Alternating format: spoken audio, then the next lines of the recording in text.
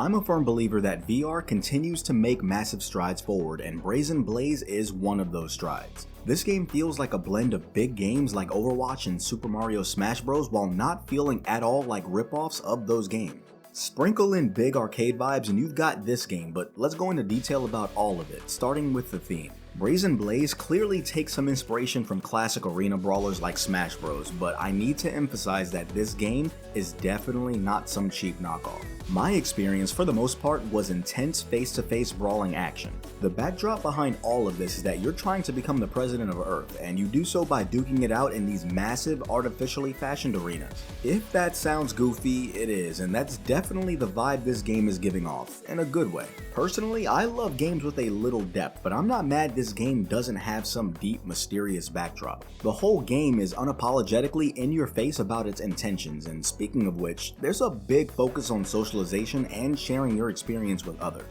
The game really encourages you to socialize, challenge your friends, and even show off your wins by heavily integrating Discord into the game's core functionality. You can literally log in with your Discord account. This game feels like an arena brawler at its core, but with that extra layer of socialization baked right in.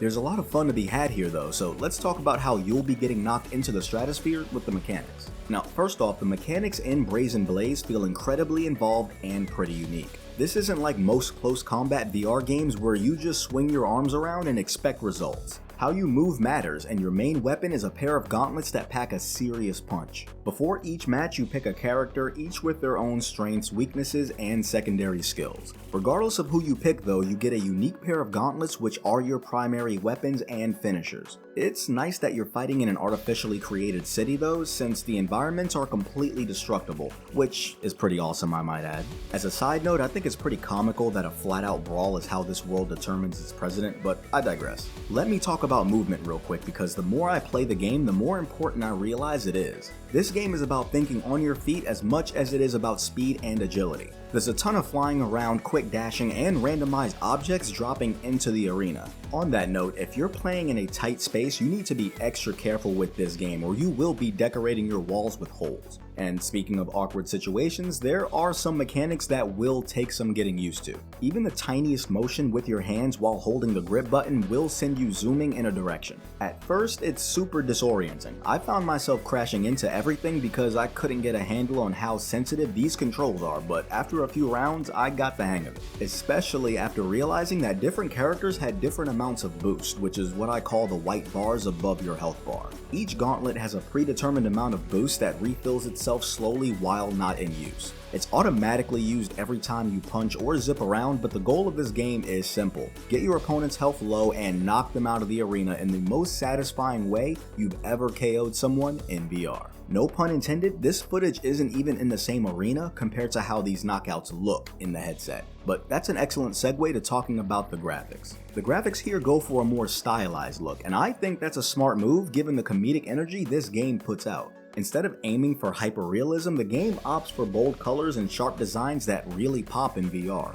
Without a doubt, this also helps reduce performance problems since you don't have that extra processing that comes with intense graphics. The obvious trade-off is that there are spots where the texture quality is less than awesome. If you look close enough, you'll notice some blurry textures on buildings or the low resolution on the arena floors as they're falling away. Did I mention that the map actively gets smaller by falling into oblivion? Yeah, it does that. Fortunately for the textures though, the game gives you so many reasons to focus on your opponent that the environment won't really be noticeable until you get a couple of hours in. At that point, you're comfortable enough to take your attention off the threats and take in the sights and sounds. Speaking of sounds, this game's audio quality really surprised me. The background music is one of the best things about this game because it perfectly matches the high energy, chaotic vibe of Brazen Blaze. You know that feeling when the music in a game just clicks with what you're doing in the game? That's what's happening here. There's a surprising variety too. I heard everything from retro arcade music to K-pop songs, and to my genuine surprise, it all works here.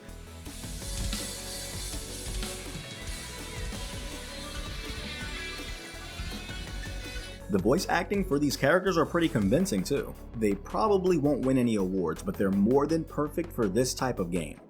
This planet needs a president who knows how to be a CEO.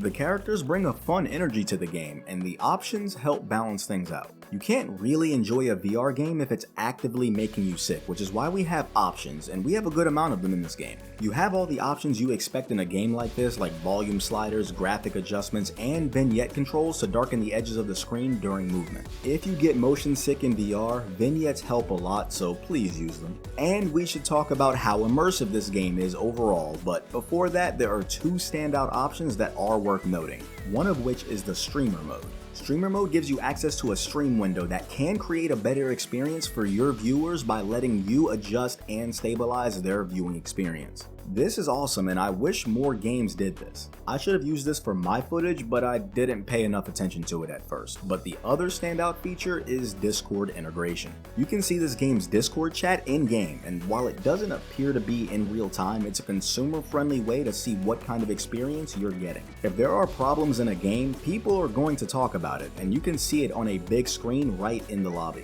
Discord is also a way of logging into this game. I didn't do this myself, which meant I had to replay the tutorial every time I launched the game, but you don't have to.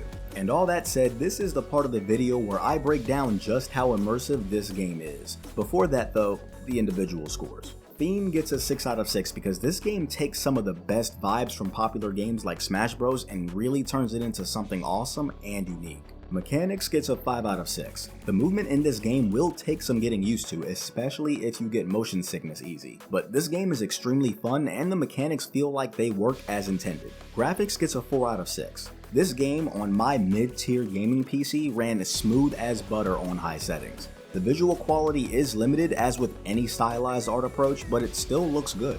Audio gets a 5 out of 6 because the sound and music complements the energy this game puts off. And options gets a 5 out of 6 because there was real effort put into this game from both a player and viewer standpoint. If you're looking for a fun VR game to let loose in, you'll be hard pressed to find an arena style game with more satisfying KOs than this one. For those reasons, this game walks away with an overall immersion score of 5 out of 6. At half the standard price for a VR game, you could pick up a copy for you and a friend, which is why I'm giving away a copy to one lucky subscriber. Check out the rules of the giveaway in the description, like this video if you enjoy VR gaming, and subscribe for more content before you check out one of my other videos. Until next time, stay immersed.